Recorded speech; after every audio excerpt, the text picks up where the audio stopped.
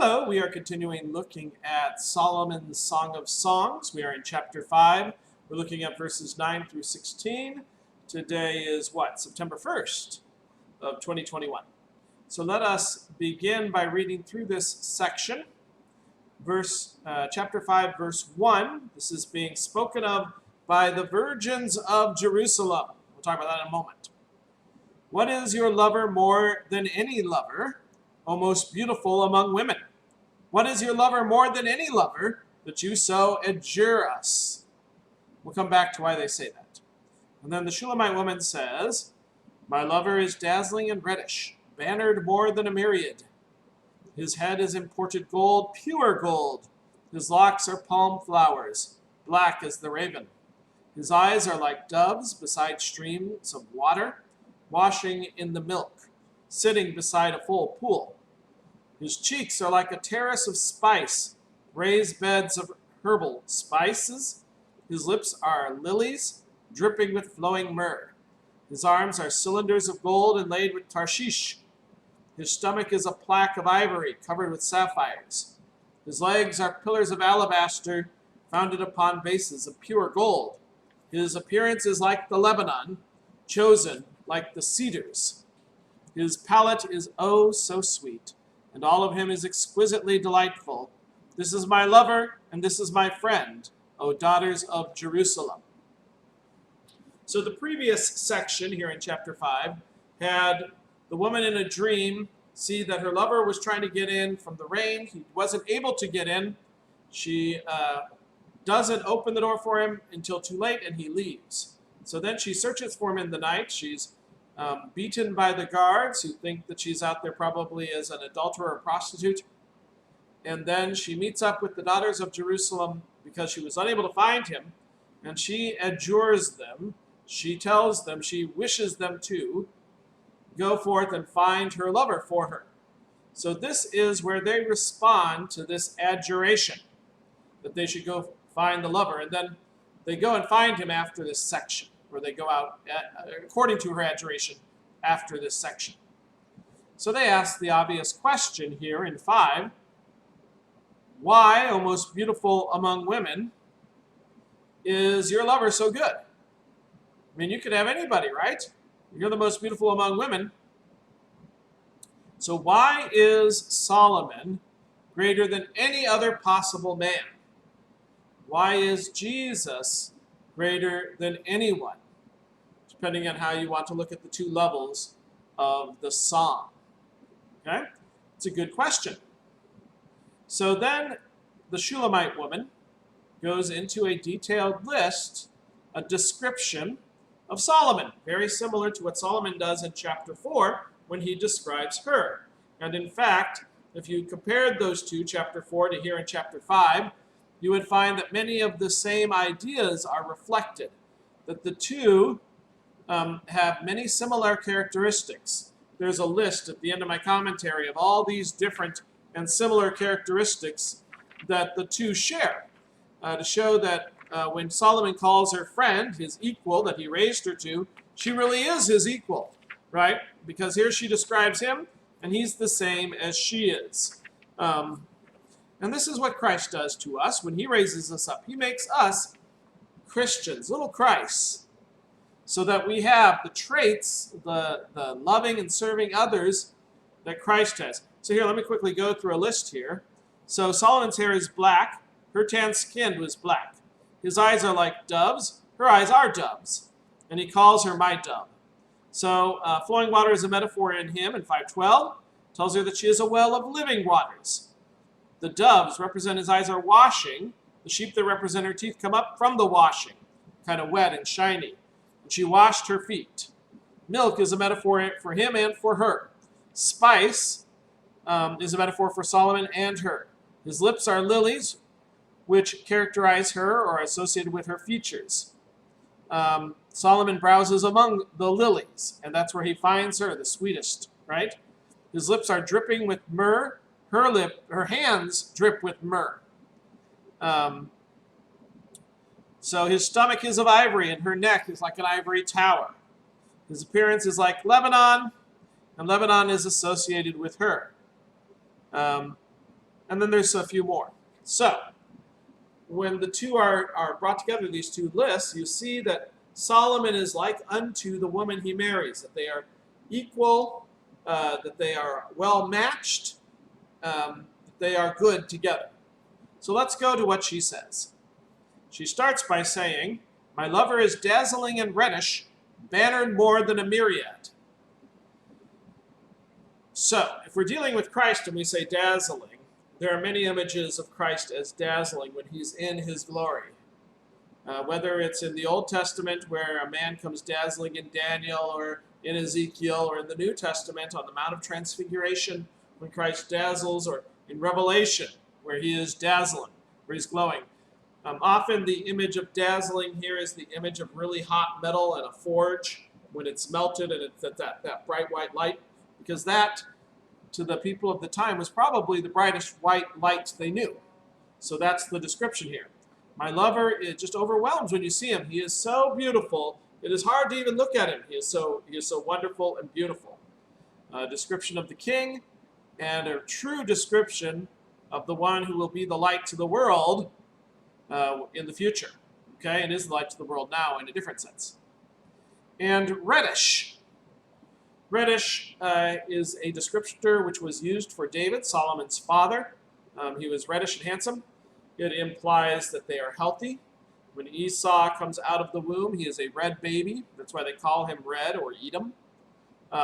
So he's reddish, he's rugged, he's healthy. He has a sign of vitality, it's a sign of blood. He's not pale like I sometimes am, pale like many of my relatives, where the sun is our enemy. No, he's reddish, he's got blood in him. So he has life, he is full blood, life is in the blood. He's full, he's abundant with life. Bannered more than a myriad.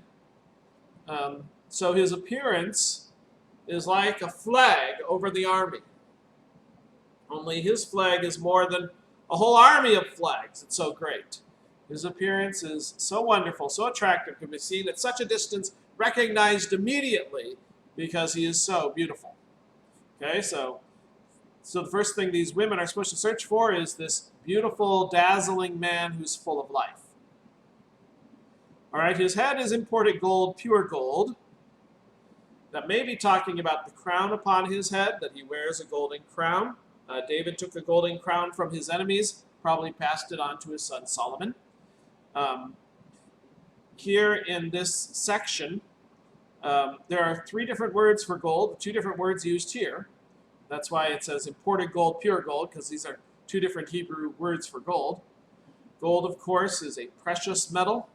It is associated with the temple, associated with the Ark of the Covenant, which has gold on it and gold leafing in the temple. And the reason, of course, is the value of gold and the beauty of gold, that God is so beautiful, so valuable. When you go to the vision of King Nebuchadnezzar, the head of the statue is gold. That is the greatest and the most fair of the kingdoms, and then they get stronger, but they aren't as fair and beautiful.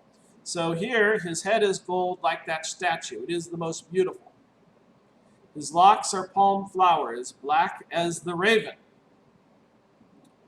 So long hair is a sign of virility and a sign of strength. So if it's like palm flowers, he's got the flowing locks. Absalom, David's son, was known for his long flowing hair being the best in all of Israel. When he cut off pounds and pounds of hair because it was so beautiful. I obviously don't have the long flowing locks. But this king did. Solomon did. He had the beautiful hair.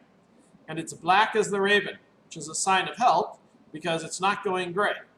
My wife always would complain that my hair wasn't going gray, but she says now, because hers was, she says now that there's a few gray hairs sneaking in there. Okay? But his is black as the raven. It's a sign of health, a sign that he is a strong and sturdy man. Okay, his eyes are like doves beside streams of water. So the dove descriptor, which was used for the Shulamite woman to be delicate and gentle and lively, well, when she looks at him, evidently he melts for her because his eyes become delicate. most men don't want to be described as delicate, but if it's your wife, the one you love, you may be willing to have yourself be described as tenderhearted and melty, right? And then, so he is by her. They're lively, they dart about. This is a descriptor of active person. Besides streams of water. Streams of water are the life-giving things, and it's a place where you can go to rest and refresh. Jesus uses it to describe where he's going to take the sheep, his kingdom, his people. Besides streams of water, he calls himself the living water, right? In a desertish area, as parts of Israel certainly were. Where there's streams, there's life. So he has lively eyes, and his eyes are like doves, or in an area full of life. Washing in the milk, sitting beside a full pool. So milk makes the skin soft. They used it to, as a way to keep their skin supple. It was obviously expensive to wash in it rather than to drink it, which is your normal thing. So it was kind of a little bit wasteful. It had a good purpose, so it wasn't wasteful in that sense, but it shows that you can be extravagant perhaps in a good sense, but still nonetheless extravagant if you're washing in milk. So the dove, by the water, the cool living area, is now washing in milk because it can be beautiful, it can relax, it can really enjoy itself, and it's sitting beside a full pool. So not only do you have the running, clean, pure water, but now you have the pool that you can bathe yourself in. And perhaps if you want to go fishing, I guess you could fish in it too. That's not really in the section. That's my mind doing weird things. So here, she describes him as being active of eyes, but being in a place of life, and being prepared to have life, and being able to enjoy the things of life. Okay, so not perhaps an appearance description yet, but certainly a description of a very fine gentleman with whom a good life could be had. And if you look at Solomon, that's what she's saying. I can have a very good life with him. I can be a good queen and a good wife. When we look in the church with Christ, I think these images are even, make a lot more sense and are more powerful. In Christ, certainly it doesn't mean that the world is not full of sin and attacking us and we're bearing our cross and these things, but in Christ, I have the forgiveness of sins. I have the peace that passes understanding. I have the life that is eternal. I have the resurrection from the dead. I have the option to serve other people and love. All these great gifts. Christ has me dwelling in this place, an extravagantly beautiful place, where I can be part of his family. And so when I look to Christ and I look to my life with him, I'm looking to a beautiful and wonderful thing. A place of rest, a place of growth, a place where I can become better than I ever have been before. Moving on to 13.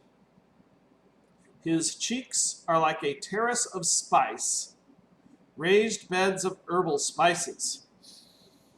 Ah, the smell. And we often find this, as earlier said, in Hebrew poetry. They don't just deal with images, they also deal with other senses.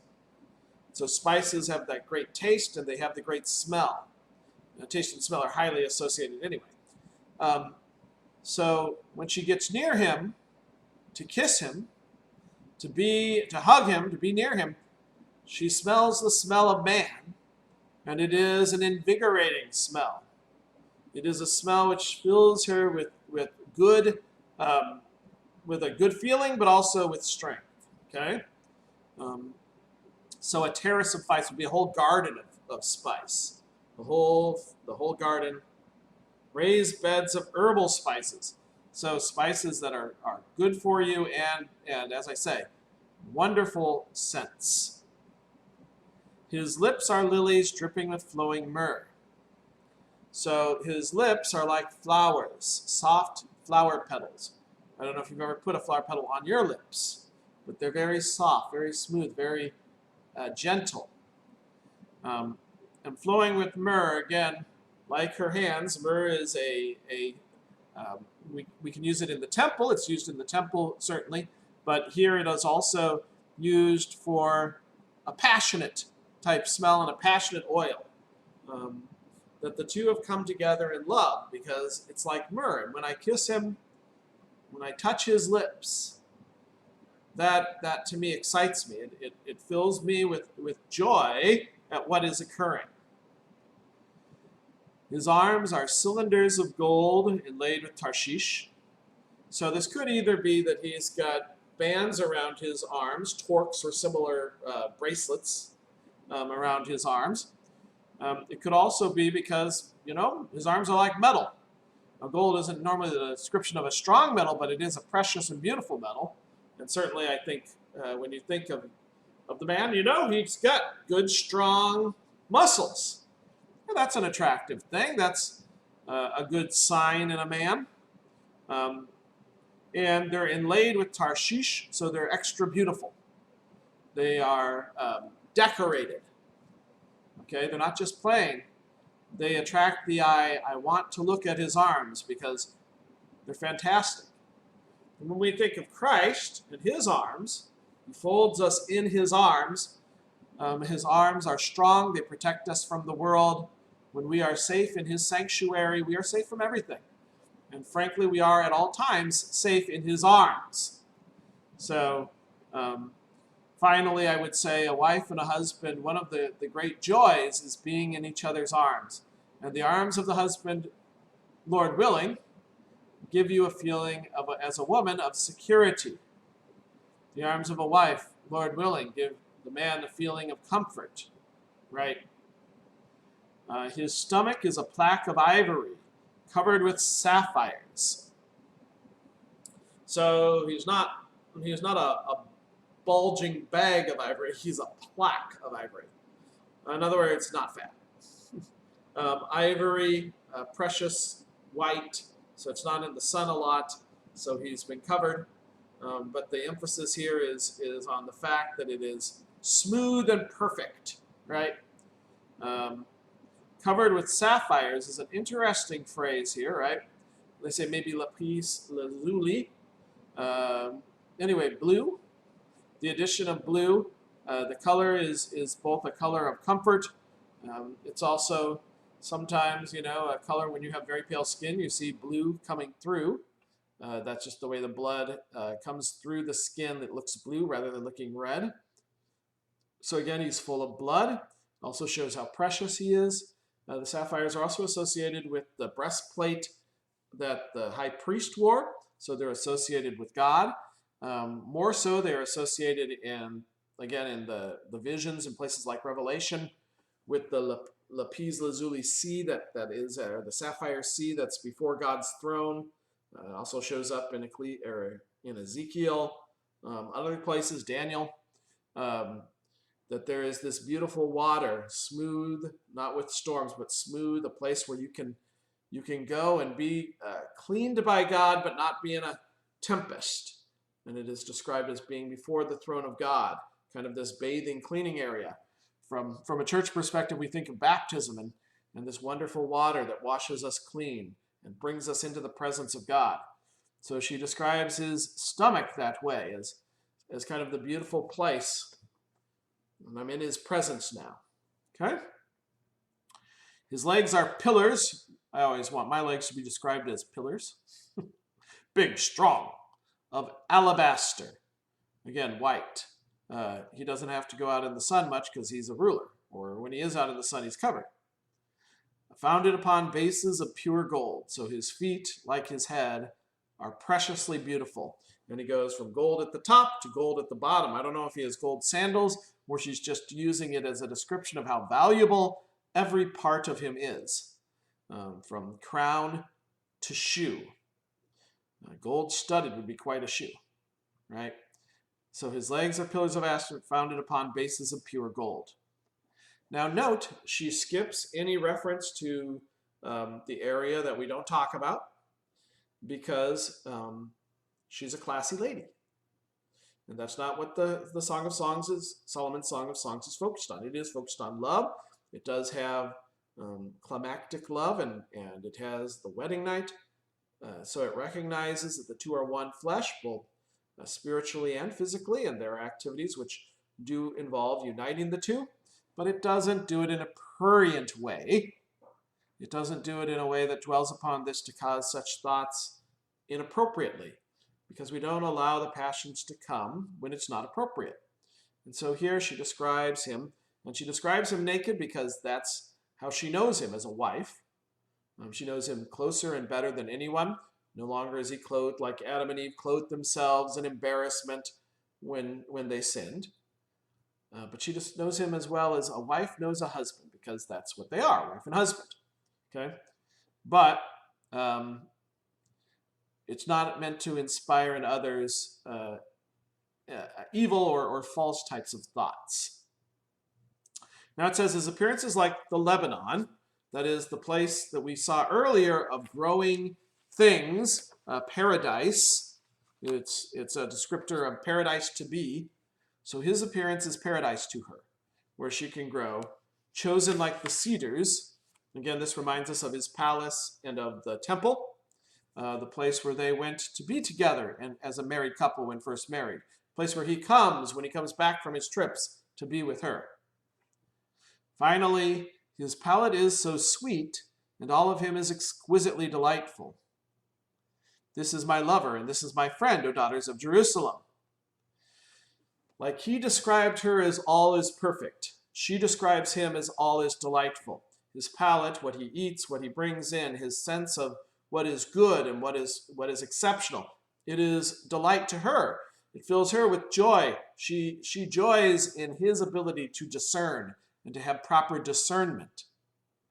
Also, perhaps a description of kissing. His palate is so sweet. And this leads to the fact that in his presence, life is delightful. Like earlier it said, that they're almost drunk with love. And when she's pursuing him, she's sick with love. It's not delightful. She needs him so much. When he's there, now she's drunk with love. It is delightful. It's a joy. So, finally she says, this is my lover. This is my friend, O daughters of Jerusalem. And this is how we should describe our spouses, Lord willing. This is what we should aspire to, is to look at our spouses that way. And this is certainly how we should describe Christ, because he is these things, only better, right?